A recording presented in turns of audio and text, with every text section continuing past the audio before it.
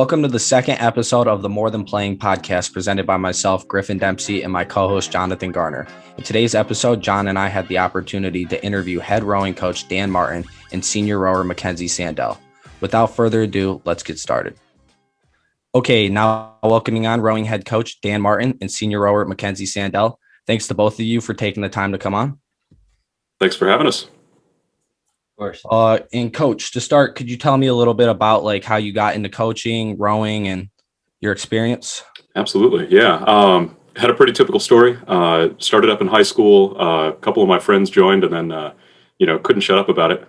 So I figured, hey, I've either got to do this thing or we can't be friends anymore. So rowed for a couple of years in high school, ended up walking onto a team at college, University of Virginia. Rowed all 4 years. And really it became part of like really who I am. I wasn't expecting that, but got graduated from college. Like I gotta stay into this. Started teaching, went to school to get my teaching degree, and then picked up coaching at that school, at Fairfax High School outside of DC. Pretty much right away, coached for 6 years there, realized more and more that, I was, looking forward to going to practice a lot more than I was going to work. I was going to work and then I was getting to go to practice. So it's convenient enough. Right around that same time, my wife had grown up in DC. She was looking to get out of town, and I was like, well, I want to make this a full-time thing.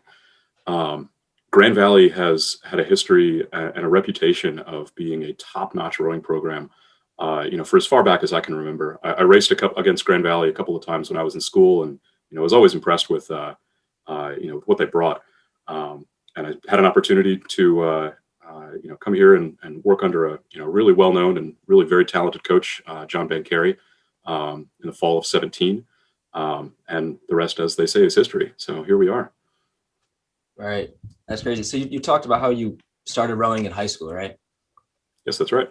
How did you hear about? Because I know when I was in high school, I didn't really know that college really even had rowing as like a sport to really play until I got to school and I realized that it's actually a big thing around like colleges and everything. How would you say you can get the word around more throughout high schools in Michigan and everything, kind of help recruit and bring people here? Yeah, it's a good question, and you're right that it's not a very well known sport. Throughout the American sports landscape. It's a second sport for a lot of people. It's just not. The problem is you got to have water to be able to row on, right. And that's less common than you might think.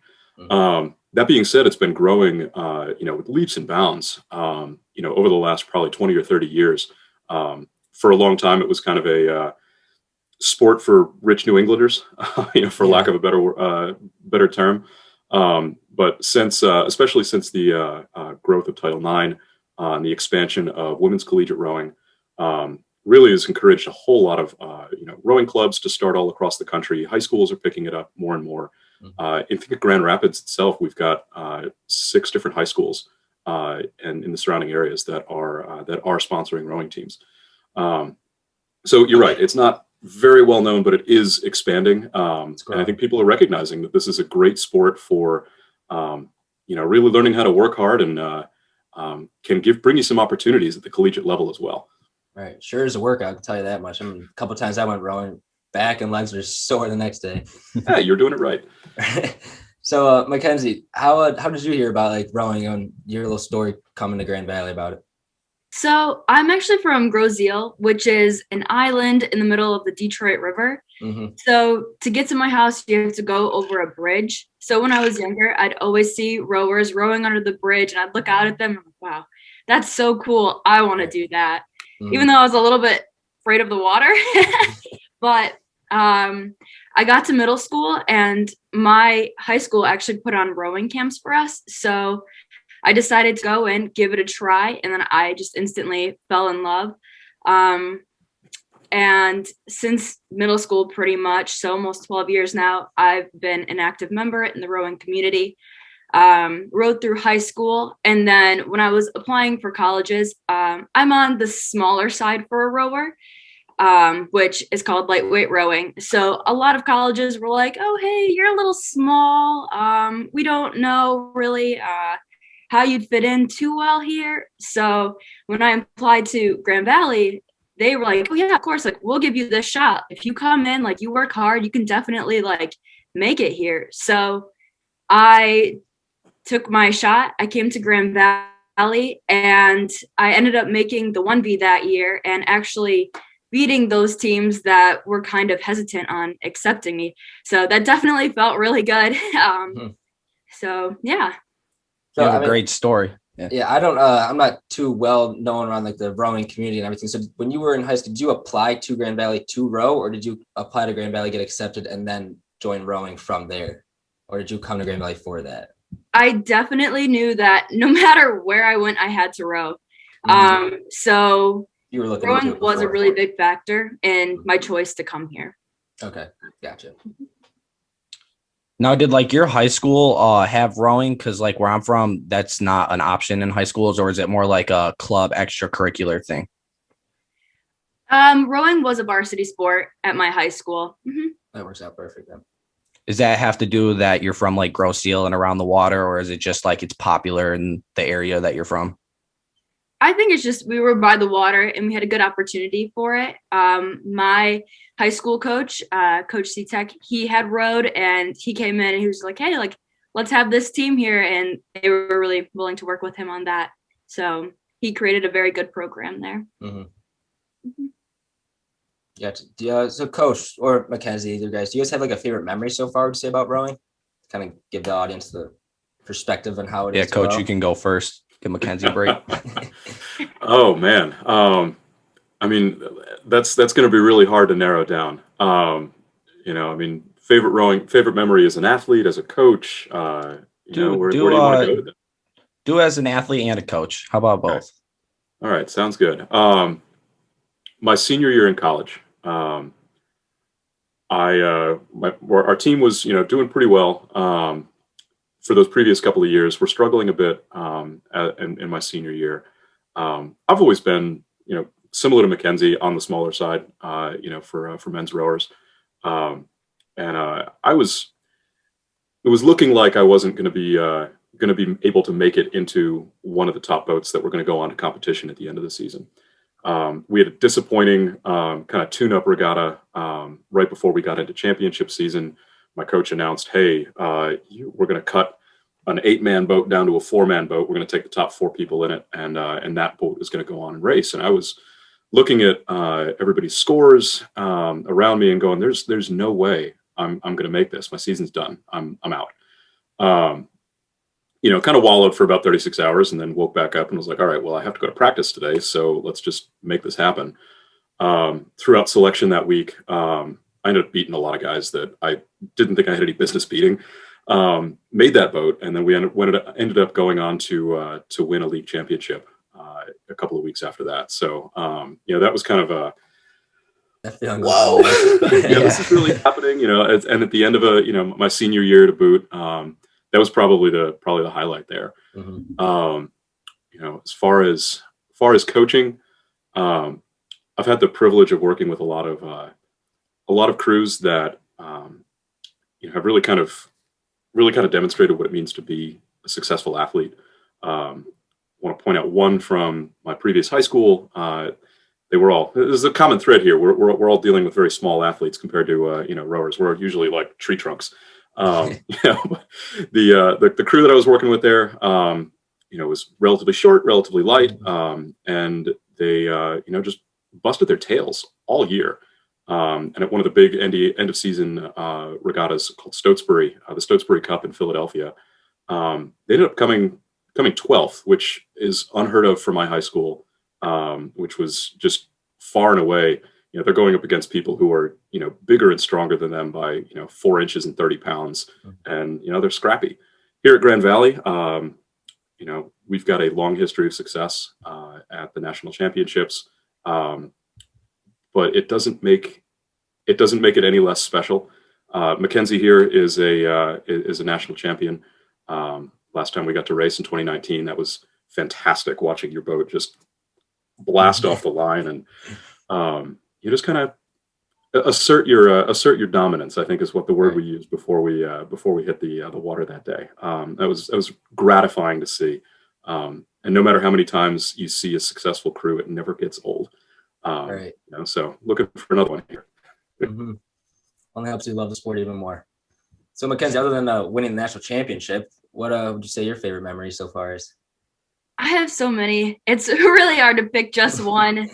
I guess race-wise, we raced at Nashville, and me and my pair partner, her name's Audrey, we took this course so clean, and there was a bunch of turns in it and everything, and we ended up beating a lot of men's boats, so that felt pretty good. But on like a bigger scale, I think the most fun part of rowing are Friday fights, where Coach Dan lets us pick our boat lineups, and then we get to race each other in it. And then he'll do switches and everything like that.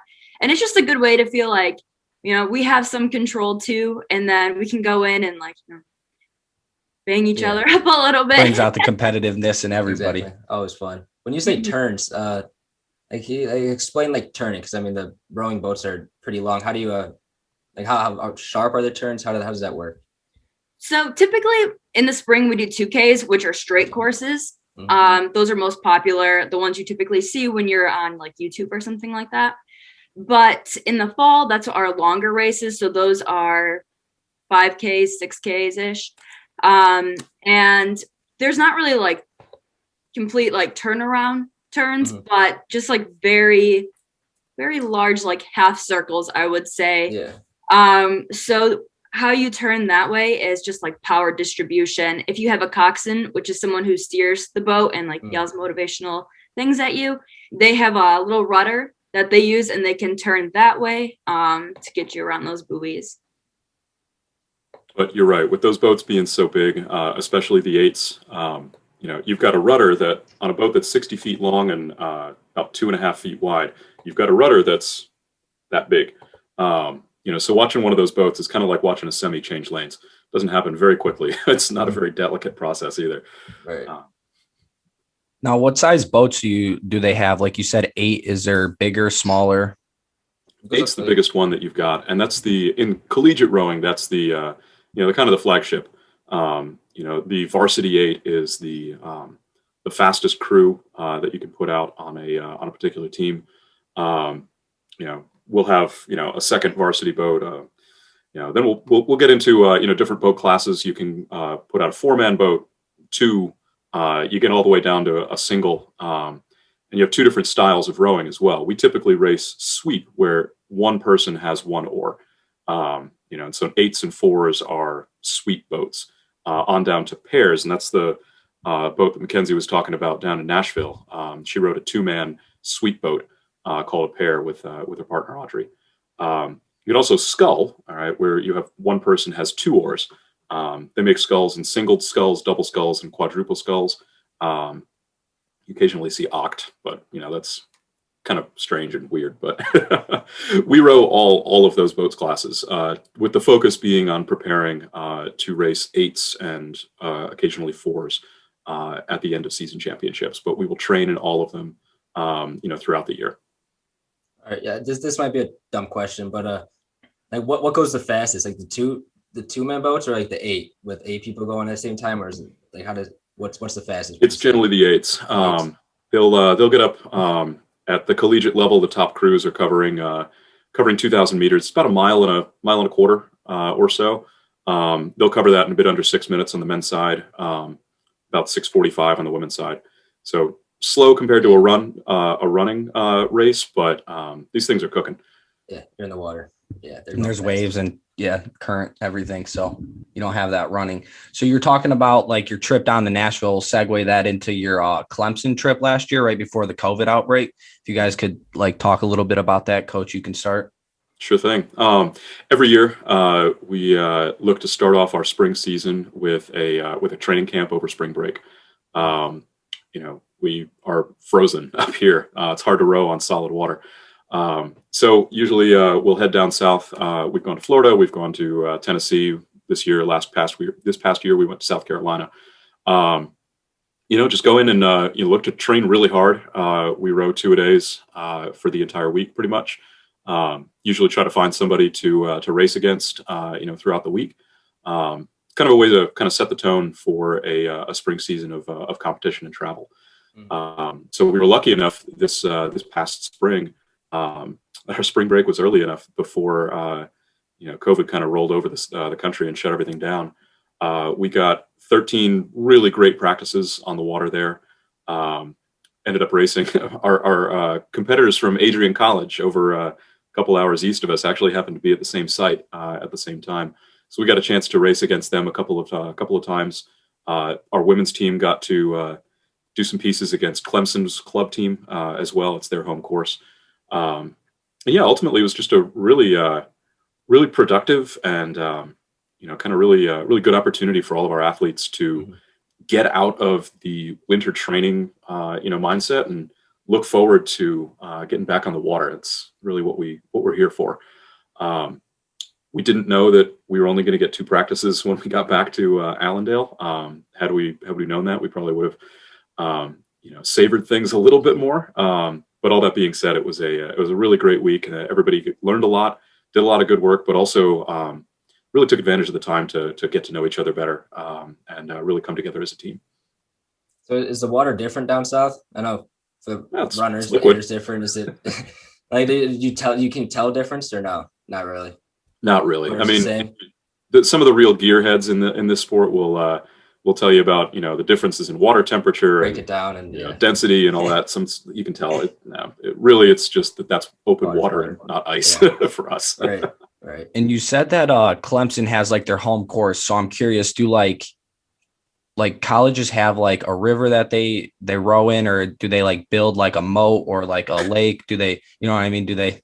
Yeah, absolutely. And that, and you hit on it. That's one of the, like I said earlier, one of the limiting factors to the growth of rowing across the country is just finding rowable water. We're lucky enough to have the Grand running straight through campus. So our athletes get a 10-minute walk through the woods to go and hang out at our boathouse, and we can row from Grand Rapids all the way down to Lake Michigan. Most colleges that have rowing, are either situated on a river or a lake, maybe reservoir. Where I rowed in college was on a reservoir. That's really it. Find a patch of water that is long enough to get good practices and not crowded enough with motorboats. And you've got a recipe for good rowing water. Right. Perfect. Now, McKenzie, would you like to share on the Clemson trip? Sure. So the Clemson trip was a lot of fun from an athlete's standpoint, because typically before spring break, novices, which are newer rowers, are a little bit more separated from varsity. And so when we go on these spring break trips, we always try and like mix up the rooms so that way we're varsity and novice, so we can get to know each other better. And it's just a lot of fun bonding with like the newer athletes and like helping them learn. And honestly, my favorite part is always watching them grow and like having them fall in love with a sport that I love so much. It's just, I don't know, it's a beautiful thing to me. And I love seeing it. And they come back and they're so excited. And they're like, this is what we did today. And it's like, that's so good. Like, you learned how to feather, or something as easy as like, I put my blade in the water and it was perfect. You're like, yes, it was. So I think, for me, it's watching other people fall in love with the sport during spring break and like being able to like help them and explain things to them better. So that way they get it. And like, they understand like, hey, I have someone there that's going to like help me. And like, now I know I can text these people whenever, which is always something we strive for, of course. But I think spring break just always solidifies our team's bond. Something unique about Clemson that I think everyone really enjoyed was the food there. That was really good. We typically don't have like as good as of a food option at spring break, but this year we had like a whole buffet thing. So we felt set. That was perfect. And of course the practices, those were awesome. Unfortunately, like Dan said, we weren't able to come back and practice more together as a team. So I do wish we would have, I don't know, even gone out for 3 practices a day, just soaked it all up. Yeah. You were also part of the international trip, correct? Yes, that's correct. You want to touch base on that and what that was about? Yeah, so that was actually my freshman year. Typically, I don't think freshmen usually go on that trip, but I tried really hard. And it was definitely worth it. First, we went to Greece. And we lived in a very, very nice hotel, and I think breakfast, lunch, and dinner, they served us there, which was really awesome. Perfect. The views were beautiful there, definitely worth it. And then we went over to England to race. And so the Royal Henley Regatta, that is one of the most like prestigious regattas that you can go to. Everyone's dressed up in blazers and like just really fancy gear. All the girls have dresses on. The boys have their nice like I don't know what you'd call them, church pants on. Yes. It was just a very unique experience. So something I was definitely lucky. Is a competition like harder? Was fierce. Oh yeah, it was hard. Everyone from like everywhere was there. But I'm proud of how we did. We definitely were trying to like get a standard, and we reached that. We went in. We did the best that we could do. Yeah, can only make you better. Mm-hmm. So, Coach, Grand Valley Rowing is part of the ACRA, correct? Yep. Conference. American Collegiate Rowing Association. How? So that is. There's no like Division 1, Division 2, Division 3, right? It's just everybody in the same. How does that work compared to like other? How much time do we have? Because we can talk about this for about an hour. We have enough, as much as you want. How much time would you like to talk about it? All right. So you probably hear this a fair bit, is that rowing is kind of weird compared to a lot of other sports, right? On a surface, it's really simple. Line up a boat, make it go really fast, get to the line first, right? But because it's been around so long, there's a lot of kind of weird structures compared to most of our NCAA sports that kind of rose out of its tradition and its roots. And one of those is that in the development of collegiate rowing, you had varsity programs, fully funded, supported by the athletic departments, lining up right alongside club programs like ours, where we're paying our own way and that kind of thing. And it was great. It worked for hundreds of years. The sport got started in America in 1852 with Harvard, Yale, and it's been going on. Sorry, I've got some notes over here. But it's been going on literally for, since before the Civil War at an intercollegiate level here. And so that worked for a very, very, very long time. The ACRA, that association, was founded in 2008 when one of those long-time storied varsity programs at Rutgers, they still have produced more national team athletes than any other team in the country. At Rutgers, their AD was like, "Hey, you go to this national championship where varsity D1, D2, D3 club people, they all race together. I want more money for football. So you're going to become a club. I'm cutting all of your funding. You can still go to your championships." All the other varsity teams were like, "No."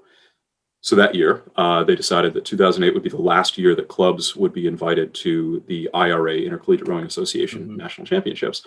So the ACRA was formed. Clubs were like, "Well, we got to do this." And we've been there ever since. Actually, a really good opportunity for our women's program, especially because prior to that, there was no championship for club level women's teams. They were able to compete at other big events like the Dad Vale, which we still go to in Philadelphia. But there was no national level championship for them. Since 2008, our women's varsity 8 has won fully half of the championships at the ACRA. Wow. Alongside our men who have been perennial finalists and medalists there. You've just been tearing that league apart then, huh? So like you touched base, how do you still you don't go up against the varsity? Oh, absolutely, we do. So you still line up against them? Regular season, everybody kind of just tries to find the fastest people that they can race. And we're really proud, honestly, of that fact that, we're these scrappy club athletes. A lot of our people, learn to row here in college. Probably on average, 3/4 of our varsity boat, like our top people, did another sport until they got to Grand Valley. We don't have any scholarships. We are all paying dues, paying for the privilege of beating ourselves up every day. And we hold ourselves to that standard that we need to prepare to beat varsity level, fully funded teams. And every year, on both sides, men and women, We're finding ourselves competitive. There's the word. Competitive with, all right, your lower level D1 teams. Basketball would be, your one bid leagues, the winners of the one bid leagues. We're right there with them. Our men and women are both, competitive with the medalists at the D2 and D3 NCAA championships, or on the men's side, the top D3 crews. And we're a club.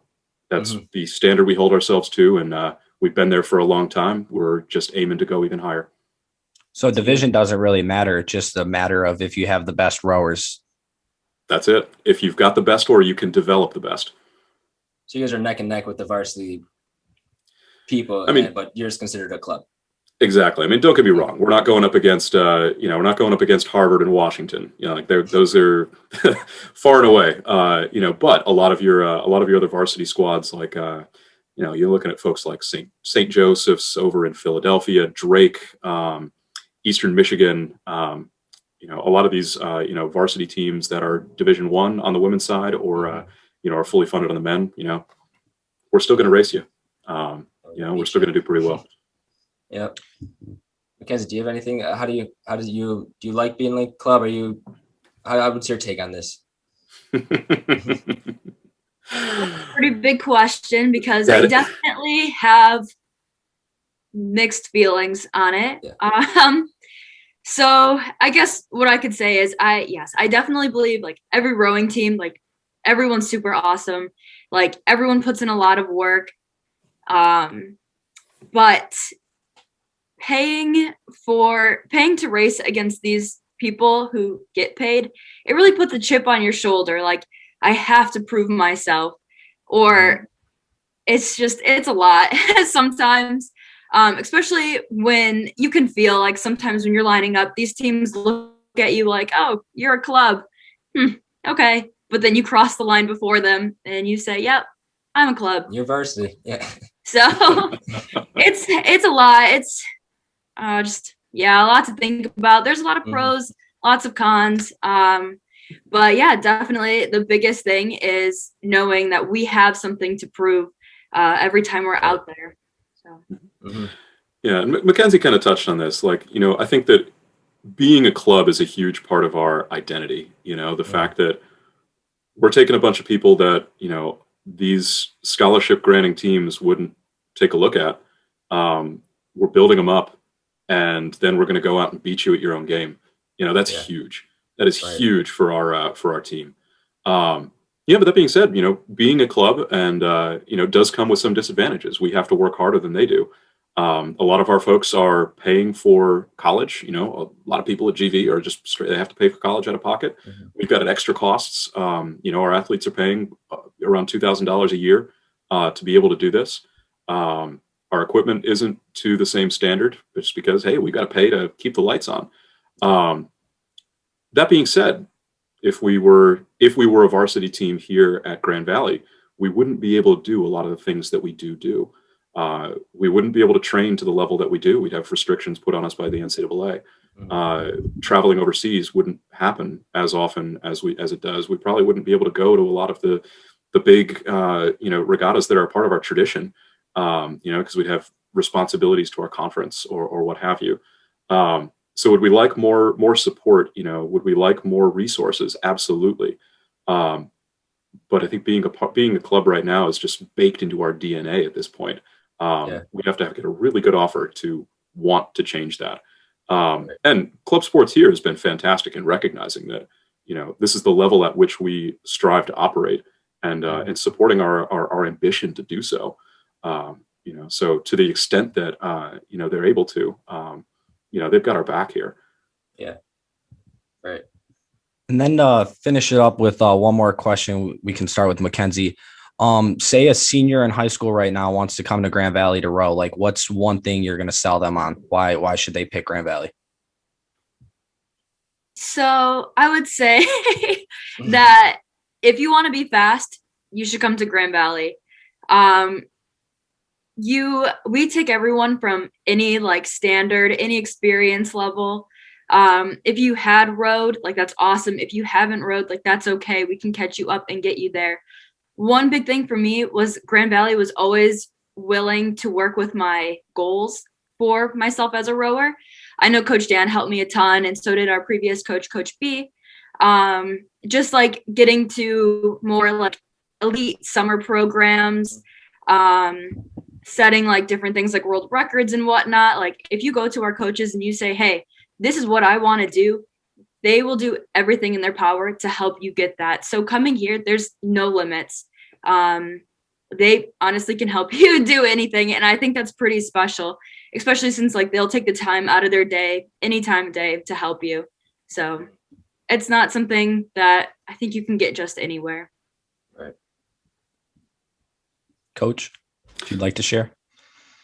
Definitely. I think the hardest part about that question is narrowing it down to just one. So I think McKenzie, you did a really good job of kind of laying it all out. Look, you want to work really hard. I mean, you have to like the challenge of working hard every day. But if you want to be the best version of yourself possible, you want to meet a whole bunch of people that are just as driven, just as motivated. You want to get into the best shape of your life. You want to meet people who are going to be your lifelong friends. And you want to go knock a smug smile off of somebody who's getting paid to go to school. Come to Grand Valley. I said that sounds perfect. pretty good to me. You're only going to get better by coming here. Well, that will wrap it up. Thank you both for coming on and talking to us. We're looking forward to hearing about your success this coming up year, and good luck with the rest of the practices this season. Good luck. Thank you, guys. Thanks very much for having us. Yep. Anytime. And that concludes our interview with rowing coach Dan Martin and senior rower McKenzie Sandel. Join us next week as we interview rifle coach Cam Zwart and student athlete Colin Fox, and we talk about what it takes to become a great collegiate rifle team. And don't forget that it is more than playing and to be better. Peace.